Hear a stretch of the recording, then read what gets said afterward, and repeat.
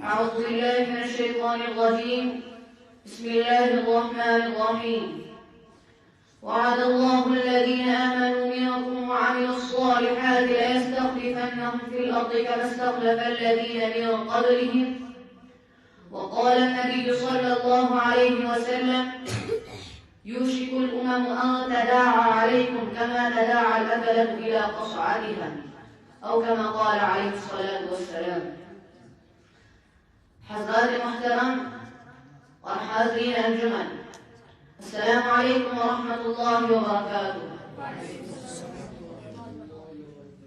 آج میں جس درد، جس فکری انتشار، جس تہذیبی بربادی اور جس ایمانی ہجرت کی تصویر پیش کرنے کے لیے کھڑا ہوا ہوں، وہ کوئی تاریخ کا ورق نہیں، کوئی فرضی داستان نہیں، بلکہ ہماری موجودہ زندگی کی حقیقت ہے۔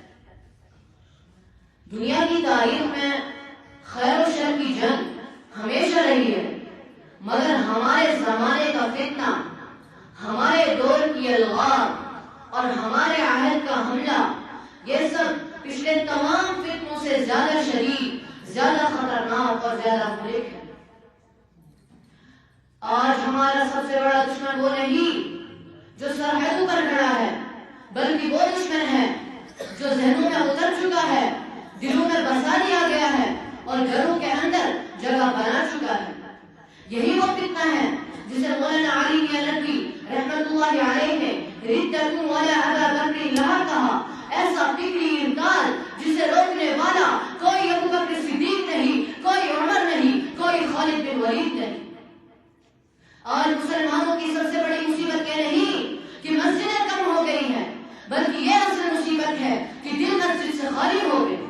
کتابیں موجود ہے مگر سوچ قرآن سے خالی، مدارس ہیں مگر دماغ مغرب کا اسیر، اور انبیاء یہ کہ امت کی روح مالیت کی بھیڑ میں گم ہو چکی ہے۔ آج ہمارا نوجوان مسجد میں جاتا ہے مگر نظریات کے میدان میں مغرب کے آگے سر جھکائے کھڑا ہے۔ ہمارا تعلیمی طبقہ ڈگریوں میں اونچا مگر دین کے فہم میں اندھا، ہمارے گھر روشن مگر دلوں میں اندھیرا ہے۔ کیوں؟ کیونکہ ایک منظم سازش، ایک عالمی منصوبہ اور ایک گہری فکری الغار نے امت کے ذہنی قلعے مسمار کر دیے۔ آج ہماری تباہی کی بنیاد ہے مغربی تہذیب کی اندھی تقلید۔ اہل مغرب کی تہذیب کیا ہے؟ وہ کوئی نبی کی تعلیم نہیں، کوئی آسمانی صحیفہ نہیں، کوئی الہامی پیغام نہیں، بلکہ یہ تہذیب گمگشتہ انسانیت کی چیخ ہے، ایمان سے محروم روح کی بھوک اور خدا سے بغاوت کا اعلان ہے۔ مغرب کہتا ہے، اے انسان، تمہاری خواہش تمہارا خدا، دنیا تمہارا مقصد، آخرت کا کوئی وجود نہیں، اور یہی زہر ہماری نسلوں کی رگوں میں بر دیا گیا۔ وہ کہتے ہیں خدا کا حکم کچھ نہیں، قانون وہ ہے جو پارلیمنٹ بنائے، وہی کچھ نہیں، اصل رہبر عقل ہے، پیغمبر کی ضرورت نہیں، سائنس کافی ہے۔ اور مسلمان، یہ مسلمان اس دور جدید کی چمک میں ایسا کھویا کہ اپنی بنیادیں بھول گیا۔ ہماری صبح مغربی، ہماری شان مغربی، ہمارا لباس مغربی، ہماری سوچ مغربی، ہمارے خواب مغربی، اور یہاں تک کہ ہماری ترجیحات بھی مغربی ہو گئی۔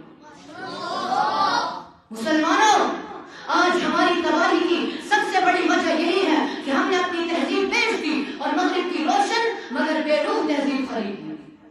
مگر سن لیجئے، امید کی کرن ابھی باقی ہے، چراغ ابھی بجھا نہیں، مدھم ہوا ہے مگر زندہ ہے۔ مولانا علی ندوی رحمۃ اللہ علیہ فرماتے تھے کہ اگر مغربی ذہنوں پر پڑے ہوئے پردے ہٹ جائیں تو امت کی تقدیر بدل سکتی ہے۔ آج ضرورت اس بات کی ہے کہ ہم اپنے ایمان کی حفاظت کریں، اپنے گھروں کو اسلامی ماحول دیں، اپنی نسلوں کی فکری تربیت کریں، اور مغربی تہذیب کی غلامی سے نکل کر محمد عربی صلی اللہ علیہ وسلم کے نقش قدم پر واپس لوٹ آئیں۔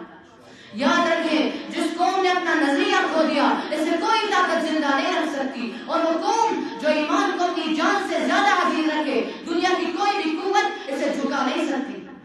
آخر میں دل کی گہرائیوں سے عرض کرتا ہوں، اٹھو، جاگو، سمجھو، یہ جنگ تلواروں کی نہیں، یہ جنگ خیالات کی ہے، یہ معرکہ سرحدوں کا نہیں، یہ معرکہ ذہنوں کا ہے، اور اس جنگ میں جیت صرف اسی کی ہوگی جو قرآن کو اپنا رہبر اور محمد عربی صلی اللہ علیہ وسلم کو اپنا قائد بنائے، اللہ ہمیں بصیرت دے، ایمان دے، استقامت دے اور اس تہذیبی طوفان سے بچنے کی توفیق عطا فرمائے۔ وما علینا الا البلاغ۔